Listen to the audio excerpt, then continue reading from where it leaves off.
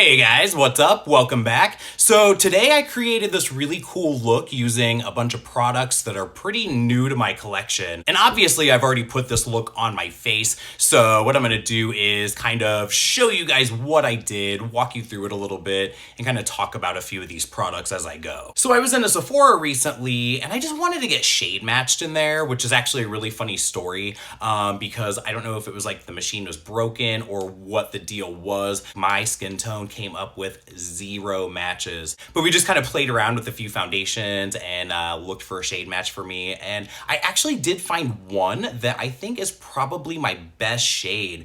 So I actually got samples of the Hourglass Vanish foundation in the liquid form in the shade Alabaster, the Hourglass Illusion, which I think is more like a BB cream, like their take on a BB cream. I got that in the shade Shell, and then I also picked up the Dior Forever and the shade Zero Neutral. So I got 3 samples of foundation, and I've played around with I think all of them at this point, but the one that ended up being the best shade match for me was the Hourglass Liquid. So I've now used this foundation on 3 separate occasions, and you really do need the tiniest bit. Now I believe that they suggest that you apply this with a brush and buff it into the skin that way. What I found is that when I apply this foundation with a brush and I buff it in, as I'm applying it, it almost gets blotchy on my nose. Like you can see it in the pores, but then the area around my pores almost looks like it's not stuck to the skin, if that makes sense. But after applying it with a brush, buffing it in, I'll go back in with a damp beauty blender and just take like the tiniest, sheerest amount more,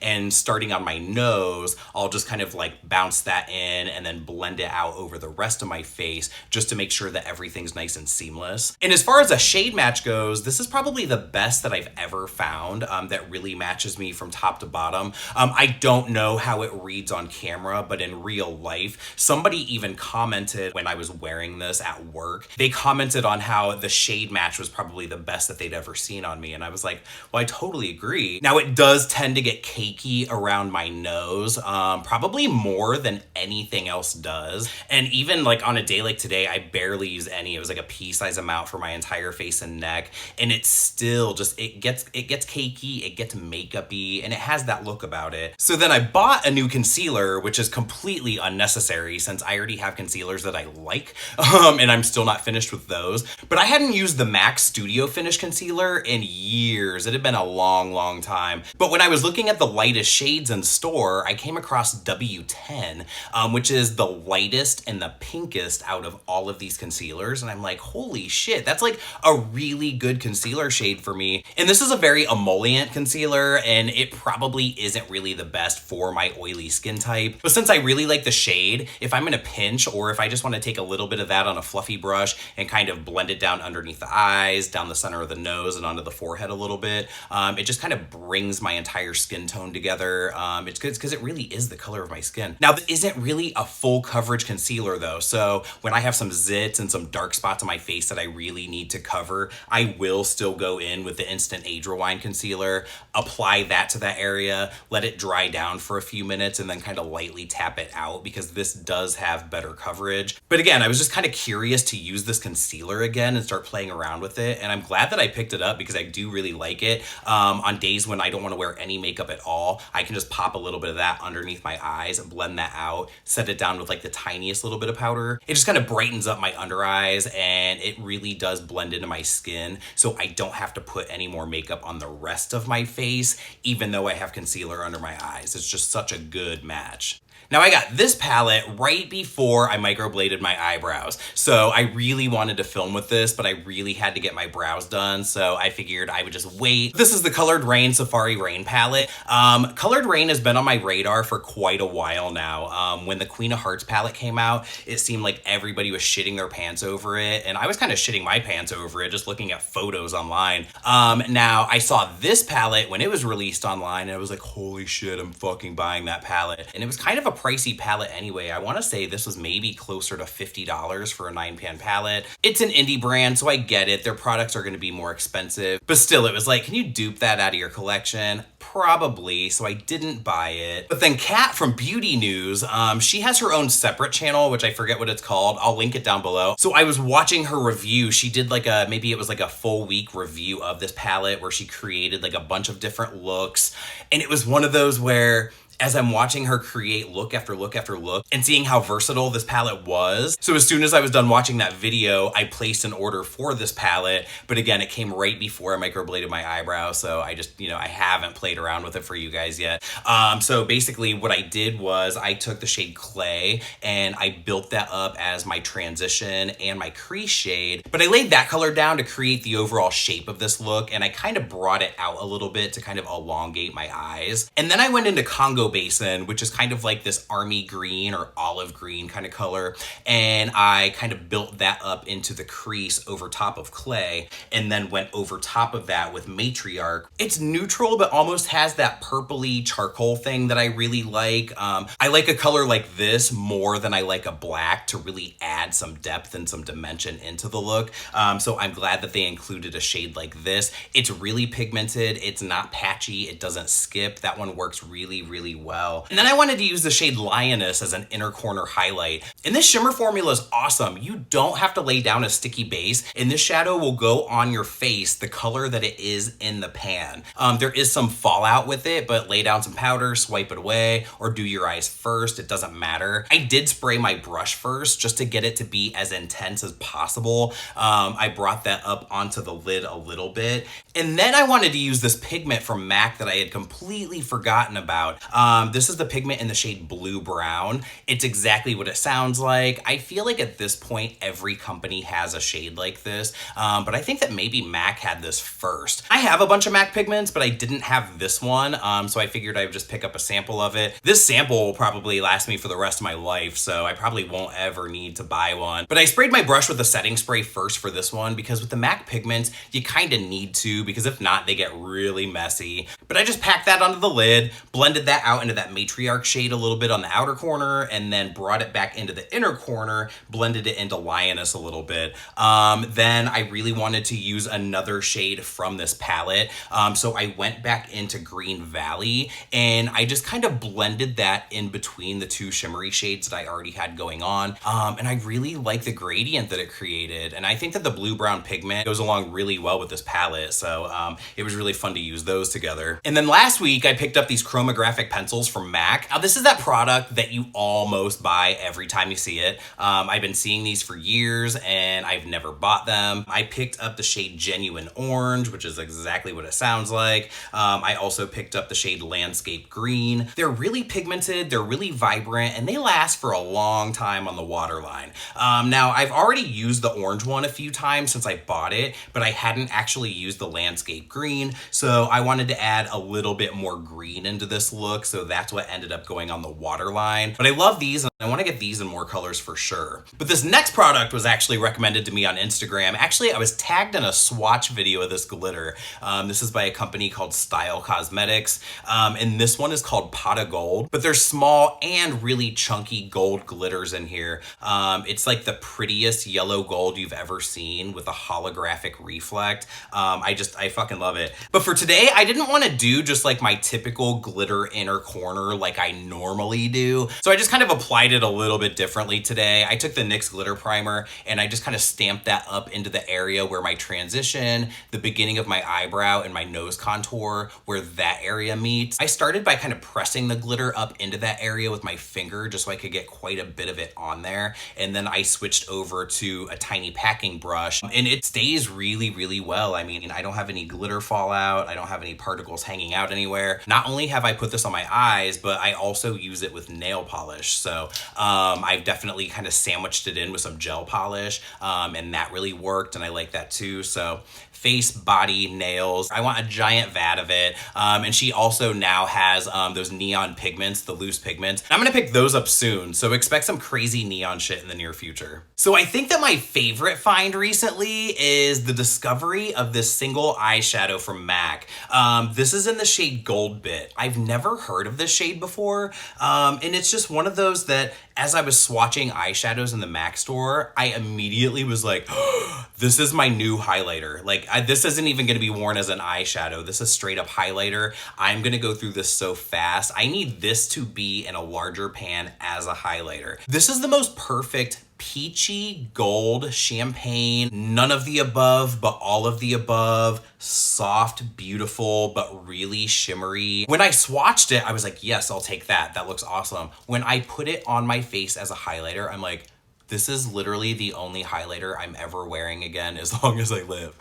You know that's a fucking lie, but still. But anyway, I can't say enough good things about this shadow. And I actually have bought a lot of MAC single shadows lately, just rediscovering their shadow and rediscovering their formula and how much I really like them and how inexpensive they are. I think these retail for $6, and with my MAC discount, I think that I get them for $4.50. So they're pretty fucking cheap. Another thing that I picked up that I'm fucking obsessed with is this nail polish right here. This is the Prolific Nail Sugar in the shade Cotton Candy, but this is just like that perfect rose gold glitter. It's packed with smaller and larger glitter particles, and it goes on opaque after 2 or 3 coats. It's just beautiful, and it dries down super quick. So if you put on like a high-speed top coat, you could go about your day in probably 15 minutes and not have to worry about anything. So then the last thing that I got was this Radiance Spin Care System from Duval. But this company had contacted me through email, and at first I thought it was just like spam or a total scam.